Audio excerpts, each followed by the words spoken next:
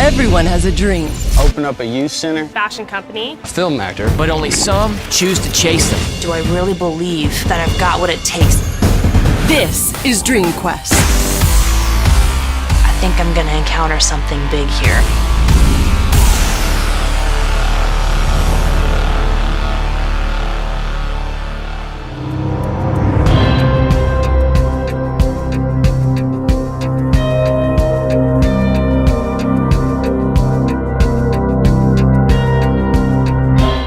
I've done what I can do. I've expressed what I've wanted to express. I've shown the passion in my heart, and that's all you can do. I would love to win, but I also have like a really big gut feeling that I think either Taylor or Timmy is going to end up getting it, and I would be so excited for those guys. We have to pick the person that has really stood out in not just the competition, but the theme of every show and the purpose of every show. We feel pretty confident about the choice, and I think that everybody else will see the wisdom in that choice. Who knows? It's anybody's game at this point. It has been a privilege, a real privilege for us to spend this time with you here in the Keys and to even have an opportunity to speak into your life just a little bit. And we have absolute confidence that every one of you are going to be successful in your pursuits. Wow, this was tough. After 9 events, only 2 contestants had earned their way into the final round. Sydney had won 2 rounds and Holden had won 1 round. But we decided to add a wild card. One more person was going to get a chance to go to the finals, to pitch their dream to the panel of judges, and possibly have the chance to live that dream. After a long night of a lot of talking and deliberation between the 2 of us, we have chosen our wild card pick. The person that we have chosen exhibits tremendous attitude, perseverance, vision, humility, and encouragement, and is someone that we believe is prepared to pitch their dream. And our wild card pick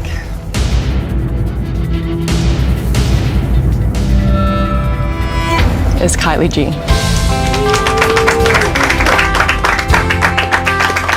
I was so excited and did not expect that because I thought 2 other people for sure it would be between them. So when I found out, I had to just go into a private place and just cry because I just felt so incredibly grateful and how in the world did I end up getting this? Earlier in the week, I had considered possibly Timmy. I loved his passion, I loved his heart, I love his story. Who doesn't? He's a precious guy. But I knew as the week went on that Timmy wasn't quite ready to have this handed to him yet. And he knew that. He knew that there were things that he needed to work on. I felt like such an underdog in all the challenges. So I was so incredibly grateful when they said that I was the wild card. In the end, I was sold that it was Kylie Jean for 3 main reasons. 1, her attitude. The girl has an unbelievable attitude. She always is positive, even in the face of difficulty, even when she's failed. She has such integrity. There were so many times where I just saw her respond in a situation with total integrity. And she's just talented at what she wants to do. Unfortunately, that means we're going to have to say goodbye to 5 of you. So Matthew, Timmy, Chris, Taylor, and Jaleesa. We came here on a boat, and you guys are going to be leaving on a boat. So we need you to go ahead and pack your things and meet us back out here. When we knew who the final 3 was, Taylor kept saying, "Guys, we didn't lose. We're not losers." And I looked at her and I said, "You're right. We're not losers." Because I will forever remember that moment on the paddleboard. There's always a fight to be had. There's always fire in me left, and I'm so thankful to have experienced that.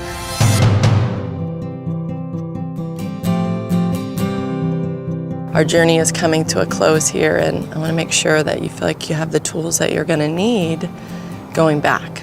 I want my passion for my charity and my goal to be so contagious that I can see it in the person's eyes that I'm talking to and pitching my dream to. If she can simply allow her passion to overcome all of the doubts and the fears that are going to come up for her along the way, link arms with other people that can support her, there is no doubt in my mind that Taylor is going to be really successful.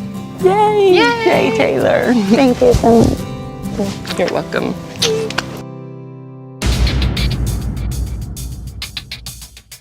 My next priority is probably to get a different job than being a hall monitor. If it's your dream, if it's not going to be a fantasy, you have to chase it down. That's what this quest is all about. You have to chase the dream.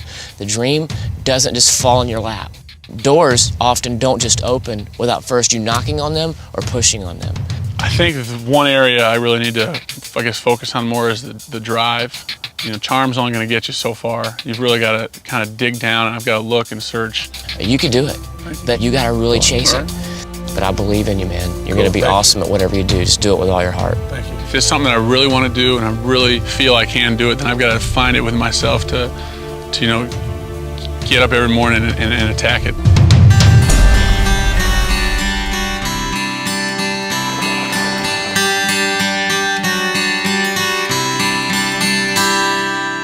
First thing, when I touch down to Chattanooga, I'm gonna connect with the people I miss, and then I'm for sure gonna volunteer. I'm gonna find me a place that believes in what I believe in and people that have good hearts. I know what I want now, and I know what I need. It's not making excuses and believing my own lies. I'll chase it when I want it bad enough. And before I came here, I was just thinking about it, but now I need it. This experience really sealed some things for Timmy. He came here very authentic and very vulnerable about some of the things that were unsettled in his life. And I think going away from here, he's more equipped and some things are really settled in him now, and he knows what he needs to do. In fact, he said, I know what I need, and I'm ready to chase it. You know, are you ready to go back home? No, I'm not, but am I prepared for it now? I'm prepared. I think I can take on any challenge that's thrown my way because of the show.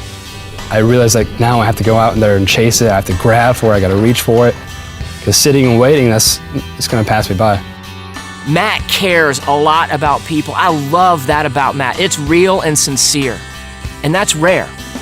But I think he now sees that he sometimes tries too hard to make everybody else happy, and that's kept him back from chasing his own dream. Leaving here now, I believe he knows what he wants to go after and what he's supposed to go after. Monday when I get back, first thing I'm gonna do is give my mom a big hug. See you guys.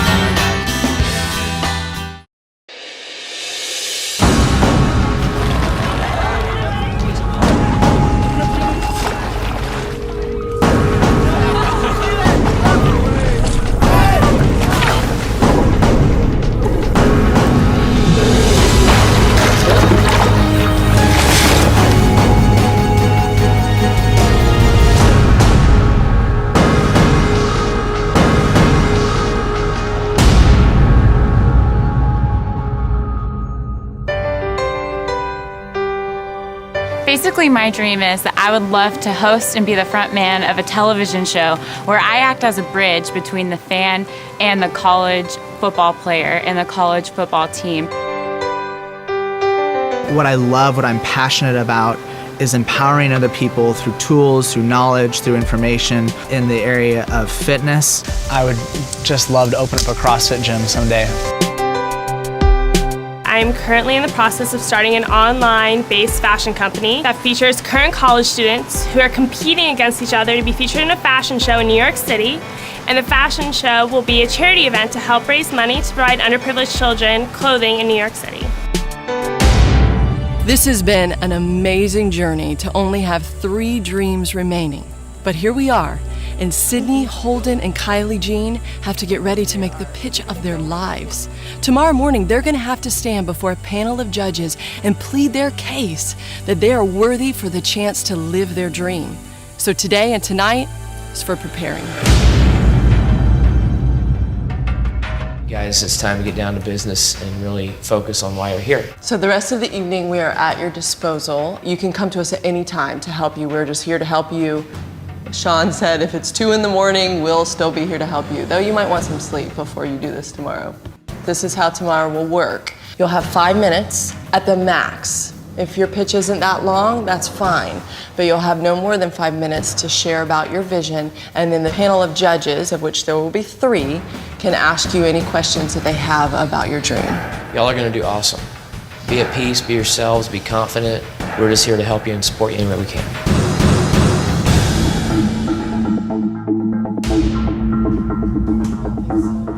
I don't know if we went into that night with a specific overall strategy. I think we were just trying to kind of take each one by one. You know, Holden came into Dream Quest very confident with his dream. But midway through, he came and confided in me that he was wavering. And yes, he desperately wants to pursue his dream of inspiring people, but he's thinking that maybe that won't be through physical fitness. He came here with one intention, but now he's not quite sure what to pitch. And he only has 12 hours to figure it out. From what we talked about this afternoon, I've taken everything and basically just wrote it out into how I would present it. The area right now that I need the most help in is putting on the fashion show. I'm struggling with funding and also gaining the knowledge on how to put on a fashion show. With this area, Okay, so here's what we know about Sydney. She has a great plan. She's got the details nailed, but when she speaks, you can't feel her heart. And I told her it just sounds a little too much like a high school speech.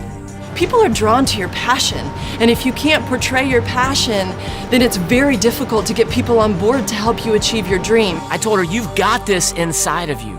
Put away the notes.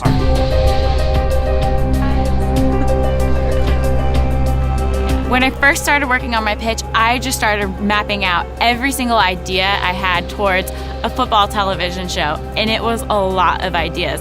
So trying to condense that down got kind of overwhelming. So basically, it's an idea that has a lot of other ideas branching off of it. Right. So one aspect that could tie in like a fifth quarter aspect is if you bring in a music element in a way to connect the entire campus, the entire social event.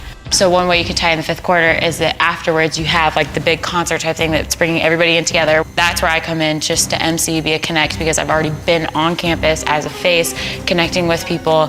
That's where you get like different clubs or like Greek or whatever involved and bring them all in just through monetizing, like buzz marketing beforehand, coming in to the campus event. We were blown away by Kylie Jean's visionary creativity. And that is a unique talent that very few people have. But listening to all of her ideas at once, I have to admit, was a bit confusing. I feel like what I want to do is kind of like get us down to the bare bones. Does that make sense? And then try and like build from there. We sent her away to really think through all her ideas and come up with the one big idea that she could really develop and get the judges to jump on board with. I'm just at this moment really physically exhausted and mentally exhausted from the week, and I'm not in the mindset that I should be. We had gone through the whole week, and I had been on top of every single challenge. I had felt like I was at the top of my game for everything, but eventually it just took a toll on me. I was drained. So I was working on my pitch for a little bit in the evening, and then I realized, I got this. It's inside of me. So I kind of just went to bed, and I figured I'd work on it in the morning. I tried to work on my pitch. I tried to come up with stuff to say, but I had nothing. I came to Sean and Courtney and I told them, I said, I have nothing. And so he spent a lot of that time that night really like digging into himself. And I don't know if he ever fully came to a place where he felt comfortable with what he wanted to ask for. It's 10 o'clock at night. We've got a few hours to the pitch, and that was definitely the low point of the whole show for me. I did not know what I was gonna do. I actually went to bed not even knowing what I was going to say. So we had a pretty early call that morning, and I got up about 2 hours before we had to leave and just sat down and wrote down what some of the ideas that I had thought of the night before. Just went, all right, well, I have nothing to lose. I'm going to be 100% Kylie Jean and just let the rest take care of itself. And isn't it interesting that in the end, Kylie Jean's one big idea was to be herself.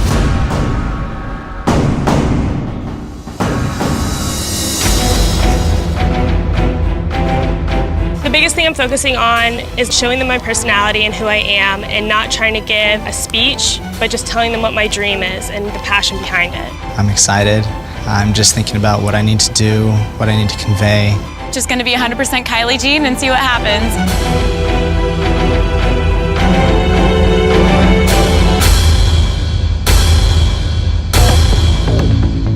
For some reason, I was thinking this pitch was gonna be in a boardroom.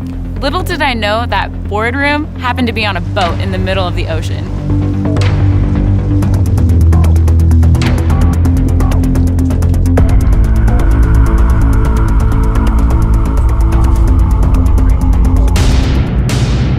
Hello, everyone. So we arrive at the boat, walk on, and we see these judges. I immediately recognized all of them. We'd met Dwight the night before. Leroy Butler, come on, creator of the Lambeau Leap. How do I not know that? I was so stoked. And then we saw Brooke, and I love her. I've been a fan of hers for a while now. So immediately I got flushed with just excitement, and I felt like a little kid on Christmas morning. Welcome to the Dream Quest Floating Boardroom. This is a very important day for you three, and Sean and I are so excited for the three of you. You have an opportunity today to pitch your dream to a panel of very special judges. This is Brooke White. Hi. She's a singer, songwriter, and actress out of Mesa, Arizona. Formerly a nanny, she stepped into the spotlight when she became a top 5 finalist in season 7 of American Idol. Her debut album, High Hopes and Heartbreak, was produced by David Cobb and Randy Jackson from American Idol. She's also acted in the film Change of Plans and has her own web show called Girls with Glasses. But as of late, one of her most important projects has been mothering her daughter, London, who was born last May. Your next judge is Leroy Butler. He was raised by a single mom in Jacksonville, Florida. He was born so pigeon-toed that doctors literally had to break bones in both of his feet when he was 8 months old just to correct the problem. He was in a wheelchair till he was 8 years old, yet his relentless pursuit of his dream led him to receive a scholarship to play college football and ultimately to be drafted by the Green Bay Packers in the second round of the 1990 draft. He went on to win a Super Bowl in 1996, was named All-Pro 5 times, selected to the Pro Bowl 4 times, and is now in the Green Bay Packers Hall of Fame. But he is also the inventor of the now famous Lambeau Leap, where players jump into the awaiting arms of adoring fans. And believe me, his fans loved him, and still do. Next, we have Dwight Cooper. I think you guys know Dwight. Dwight is an entrepreneur. His company, PPR, is famous for being people-friendly. PPR is a healthcare placement company. They are one of the 500 fastest-growing small companies and have been named the #1 small business to work for in the country. Dwight Cooper's success has created over 350 jobs, done over $500 million in sales, and has improved healthcare for the elderly and the disabled. His quest has not only been a success, but he has helped hundreds of others find their quest as well. So here's how this is going to work.